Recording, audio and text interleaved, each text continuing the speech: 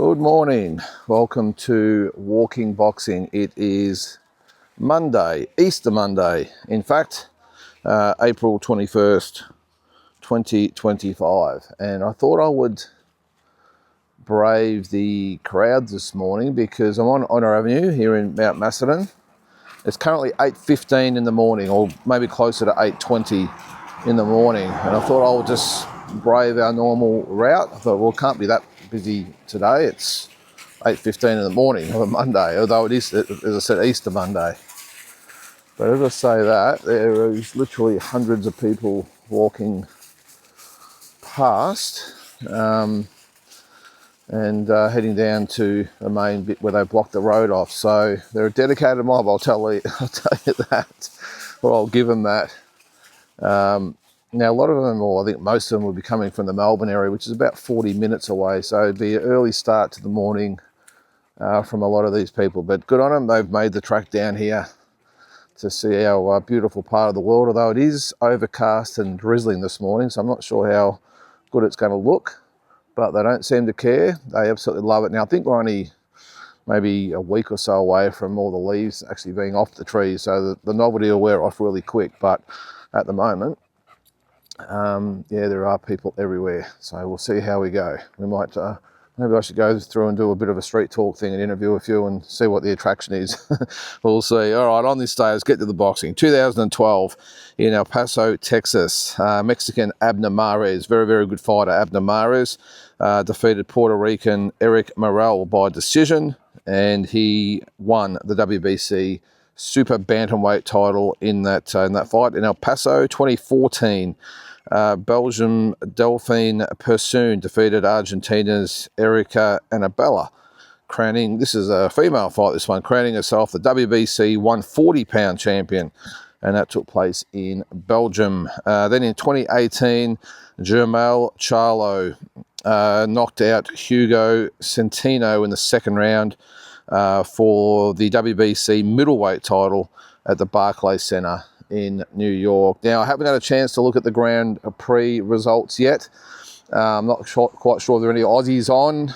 Just being Easter weekend, it's a difficult weekend. I don't know why they would have put the tournament on. I know they probably don't even look at it as being Easter. It's like, well, this date suits, so we'll put it on. But just with everything going on, it's been a busy weekend. I'm sure all you agree out there. And I just couldn't be bothered sort of sitting down and watching it last night, if I'm being honest. I just put a movie on and actually watch a bit of the football as well, and then just had an early night. So I will check that. And then there were some other results over the weekend as well I haven't had a chance to look at yet. I see Ben Whittaker knocked out Liam Cameron in the second round.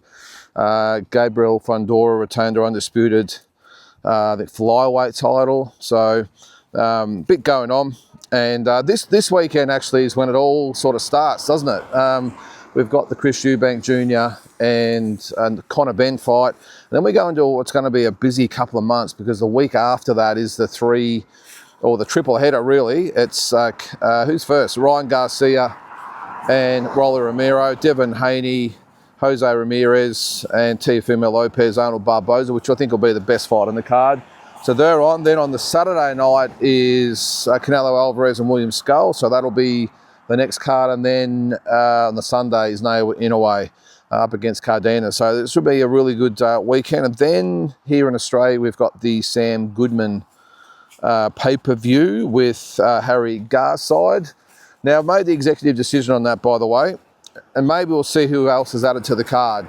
But I'm going to get the fight at home, because it's not really my job, but you know, you've got to do these sorts of things. So I'm going to get the fight at home, but I'm not going to get it at the pub. This fight could probably cost about $700. And for all due respect to Sam Goodman and Harry Garside, I'm not expecting a pub full of people to watch it. So even though my goal was to have all the fights on at the pub, on a Wednesday night, having Sam Goodman and Harry Garside headline a card, yes, as I said, I've made the executive decision to shelve that fight. And apologies to anyone that wanted to come and actually watch the fight at the pub. Not that I think there'll be a hell of a lot of them, but you're going to have to find alternative viewing locations, because I'm not going to show it. That's just, I might as well just give that money to charity, I think.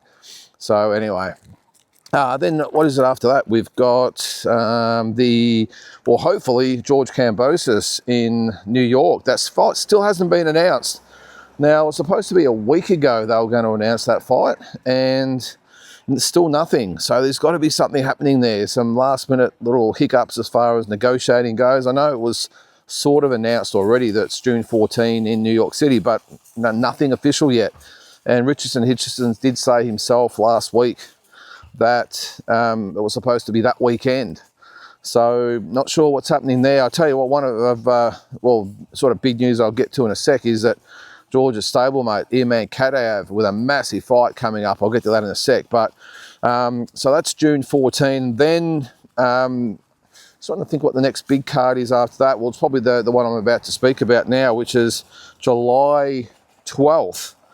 And that is William Zepeda and Shakur Stevenson. Now, this is a ripper card. Now, this is going to be a Riyadh season event, which will be absolutely fantastic. It's Shakur Stevenson, William Zepeda for the WBC lightweight title. There is Edgar Berlanga, Hamza Shiraz. Big first up fight for Hamza Shiraz at 168, and a risky fight for Berlanga as well. Then, who was on the undercard? I just said Irman Kadaev. He's the brute from Sydney. Well, he's from Chechnya, Russia originally, but now he's with the Kambosos crew in Sydney. So he's going to fight David Morrell. And what a massive fight that's going to be for him. And then the other one, that's all right, that's for the WBC 140-pound title, Alberto Puello, Subriel Matias. So what a ripper card that is. Now, I don't know why they wouldn't put some of these fights or these types of fights on for the Canelo undercard, because it's really underwhelming, that one. But this one, so then there's the only controversial thing at the moment with this card is who's going to be the headliner. So in my opinion, you would think that Shakur Stevenson, William Zepeda would easily be the headliner, but it looks like it's going to be Edgar Berlanga, Hamza Shiraz. So that's really interesting, considering there's no title at stake, unless there might be an interim title or whatever, although I think they're all tied up. So yeah, so it looks like Berlanga Shiraz will be the main event. You've got Edgar Berlanga coming off, well, not coming off, he had that ridiculous first round knockout win in his last fight, but before that was a one-sided loss to Canelo. Then there's a little puppy there. Hey, puppy. And Hamza Shiraz coming off that very, very controversial draw with Carlos Adames, in which he was very lucky to get, come out of that even. So I'm not quite sure why that would be the main event. But anyway, the 140-pound title fight should be a ripper as well. Puello and Matias. And David Morrell, Irman Kadaev. That's a big step up at this stage for Kadaev, because what has he had? About 10, 11 fights or something like that. And coming up against David Morrell, that is a big risk. But hey, you've got to take risks to get ranked, and maybe they want a fast tracking. I'm not quite sure what his age is with Kadaev. Maybe they've just said, look, he's at the age. He looks like he's about 40, but a lot of the Russians do, don't they, with those beards. But maybe they've just decided that they need to fast track him, and David Morrell is a winnable fight in their minds. Very, very risky fight. Now, just in my opinion, I'm not sure I'd be jumping into the David Morrell fight after his performance in the last fight he had. One was on the Kambosos undercard a month or so ago. Not so sure I'd be jumping into that one. That was he was very lucky to get out of that one. The opponent he fought was supposedly custom made for him, and was just going to be another scalp that he'd knock out. But had his moments and almost could have won that fight. So very, very risky. But again, maybe it's just a case of just having to step up and see where you're at and go from there. Look, he'll give Morrell a good fight. I'm just not quite sure he's going to be, he's going to have the physical attributes. I know he can punch. I know he's a tough, hard fighter, but David Morrell is a big 175. He's got the height, he's got the reach. He's got pretty much everything. I'm just not sure that's the right fight for Kadaev at this stage of his career, but we will see. They obviously know more than what we do, so we'll look forward to that. But that is a ripper card. So that's July 12th in New York City. Now it looks like it might even be in Central Park or something like that, and it sort of goes, I suppose, along with the trend that's sort of starting to start with having the fights at obscure places. I mean, we've got the the Times Square fight. Now, I'll say again, I'm not a fan of it. Well, in theory, I'm a fan of it because it's great to have a fight in Times Square. I mean, it's awesome. I've been to Times Square a few times and an unbelievable place. But the fact they're not going to have a crowd there, apart from a couple of hundred VIPs, yeah, I just think that goes against what we're trying to do. I mean, I know it's sort of turned into a TV event these days, but I'm just not sure whether it's a smart thing to lock out fight fans for a big fight like that. I don't know, maybe I'm in the minority and maybe, you know, times have changed in boxing, but to have a fight there and maybe this Alcatraz one they're looking at and wherever else, Brooklyn Bridge or whatever now, and now Central Park, yeah, I'm just not sure whether that's what I want to see. I love the idea of it, and it's all good until you start locking out fans. I don't like it. Again, maybe I'm in the minority. I'm assuming at Central Park they would be able to have a crowd. I mean, Central Park's as big as its own city, really. It is absolutely massive, and I'm sure they've got plenty of places to put it. But yeah, it should be a really good event. Now, a couple of things I saw over the weekend. There wasn't a hell of a lot to sort of go over, I'm being honest, but a couple of articles I read really caught my eye. And the first one was about Floyd Mayweather Jr. Now, there is talks, now maybe they're just rumours and it's innuendo and everything else, but there are rumours that he is struggling financially, which I just cannot get my head around. Now, I know he lives a very lavish lifestyle. He's got the planes and the cars and the houses and all this sort of stuff, and he throws money around like it's nothing. But this is a guy that's worth almost $1 billion. Now, even if he was out there spending like crazy, you would think just the interest alone would be enough just to give him his play money and not be able to spend it. I mean, I know he's got a lot of money tied up in houses and, as I said, cars and planes and whatever else, but yeah, I don't know how you could squander that amount of money. Now, the main thing is, apparently, now this is all rumours by the way, but there was an article written about it in one of the boxing scribes, and saying that he'd lost $400 million in a real estate deal that's gone wrong. Now, again, I don't know how true this is. This is why we talk about it on this channel. But if it is the case, that would just be, I mean, just try and get your head around it. You've worked your whole life for everything you've got. Now, I know, again, he hasn't been the smartest with his money, or has he been smart with his money? I think he probably has, even though it looks like he spends a heap. He's apparently got some really good investments. But either way, you've worked hard to get your money. You have your fun with your money, and then it's gone. Now, I'm sure he's got a lot of assets and all that sort of stuff he could sell, but losing $400 million in one hit, if that is the case, would be a tough pill to swallow. Because I always say it's better. What do they say? It's better never to have it than to have it and lose it, or something like that. And it would be hard, that lifestyle. But I just read it and thought, wow, that is true. That is an amazing scenario for Floyd Mayweather. And again, I'm sure he's had some smart people around him. Of course, he's had Leonard Allaby and who was it? The president of PBC, or not the president, Al Heyman. So he's had him as an advisor and everything like that. So I'm sure he's okay. But just the rumour mill's out there, and a lot of people saying "I told you so," and it's all been a fugazi, as they say in the mafia. It's a fugazi, his whole money making thing. But the thing is, I, like a lot of you, have followed his career, his whole way, and his fights, I'm pretty sure, like, out of the top 10 biggest pay-per-view of all time, he's probably got about half of them. So I'd be staggered if that's the case. But either way, it's alarming for Floyd. And a lot of people will say, yep, he got what's coming to him. I don't think that at all. I think you work hard for your money. You know, it'll be an absolute tragedy if that was the case. So let's hope it's not true. And if it is partly true, let's hope he's got the people around him and money in reserve and assets in reserve that he can sort of dig himself out of the hole that he's in. But might be a few more exhibitions coming our way if that's the case. Because, I mean, just look at the money he's made in his fights. As I said before, like up to $1 billion he's worth, apparently. But is it a fugazi? Is it a charade, a house of cards? I'm sure we will see. But I don't care what you think of Floyd Mayweather. I wouldn't wish that upon anyone, to lose everything after you've built it up to that much. Whether he deserves it or not, yeah, in your minds, I don't think so. Yeah, I just wouldn't wish that upon anyone.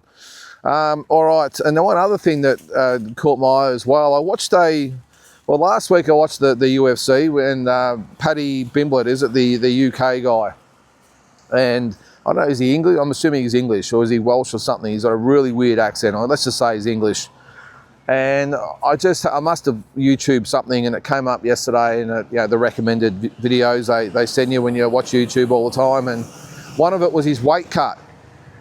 And it was interesting, brought back some bad memories actually, if I'm being honest, but it was interesting to see his weight cut. And I love all these behind the scenes videos, I really do. And even though it is UFC, and he sort of took the fans through what he goes through. And I think he had to lose 13 pounds, which is 6 kilos, the night before the fight. Now, I actually thought it might have been a bit more than that, because I've seen fighters do more. And I think Liam Wilson, actually, he says he loses up to about 8. So that is a weight cut and a half, that is. But Paddy Pimblett lost 6 kilos or 13 pounds, and the way he did it, it's a science these days. Back when I was fighting, it was like, well, you don't eat and you train with sweatsuits on. That's pretty much about it. And you go in the sauna and you just keep it there till you drain yourself out. But it's a little bit more methodical these days. Paddy Pimblett, though, I will say, he did have the old-fashioned thing where it was just in the sauna and in the bath, and he was wrapped in towels and in a suit, sweatsuit and all that sort of stuff. But it was fascinating. But it was a coincidence that on the same day, I saw an article from Timothy Bradley. Now, they're doing a new series, and I can't remember what site it was on. And it was a series about they're actually throwing at previous, great fighters, the toughest part of their careers, and Timothy Bradley said it was a weight cut. I think it was 2006, and he had to get down to 135. Now, we know he fought at 140, then went up to 147, but he had this fight at 135, and he said it's the closest to death he's ever become, or he's ever come to. And again, it sort of brought back memories, because it was a lot of people, I don't see what happens behind the scenes. And this is something I agree with a lot. This is, he said for a lot of fighters, they fight for free. Even the big guys, they fight for free. It's making the weight they do for money. And that's, look, not that I ever fought for money, but it's an interesting way to look at it. And it is true, the hardest fights sometimes are the scales, trying to make the weight. And, it's even harder when I was, an amateur. You might have to weigh in 4 or 5 times over the course of a tournament. And not only, at least with the pros, you make weight, the day before, you've got a full day to hydrate and eat and everything like that. Whereas in the amateurs, you've got to weigh in that day and fight that night, and then maybe make weight again the following day. So you've really got to be on it. But it was just really interesting to hear see other people's struggles with weight. I know they're at a lot higher level, but making weight still the same, no matter what level you're at, whether you're at the level of Canelo Alvarez or just the state level fighter here in Victoria. It's all the same. You've got to make the weight, and I've seen some horrific things over my journey with people trying to make weight. And probably my, what would you call it, my most vivid memory was a fighter that I used to love and respect so much. He was James Swanee, and I went to the Olympics and Commonwealth Games with him, numerous other tournaments as well. He fought at bantamweight, which is 54, so 118. This is the amateurs. He would lose 5 to 6 kilos the morning of the weigh-in, and that is no joke. And he would put the whole up back. He'd probably put about 10 back on, lose 5 during the day, and then during his fight, and then he'd lose 5 again the next day. Just an absolute freak.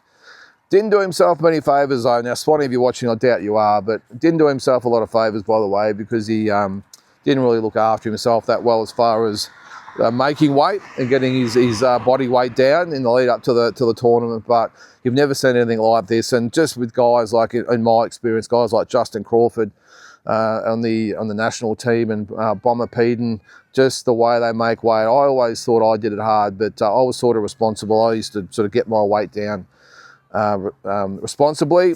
I couldn't always say the same for guys like Bomber and Swanee. And Crawford's a little bit different because he was just a naturally sort of bigger guy who brought himself down, but did it in the right way. But yeah, just as I said, it brought back some memories as far as just reading about Timothy Bradley and watching Paddy Pimblett. But that's why I always say go easy on the fighters out there. They go through a lot. Not only do they have to go through that fight, then they have to get in the ring and actually punch on. And sometimes if they haven't replenish themselves properly, that's when some issues can occur. But anyway, just it was good to just reminisce a little bit anyway. All right, guys, well, I think that's going to do it for this Easter Monday. I'm going to get home. It's starting to sort of drizzle a bit here. I'm going to brave walk you down the back streets again here so I can get away from the tourists. I can't believe how many they get down there, fair dinkum. But again, hey, welcome to our part of the world. It's good to have you to see how beautiful it is. Just stop parking on our driveway, on our nature strips, please. All right, guys, that's going to do it. Have a great day, and we'll catch you tomorrow.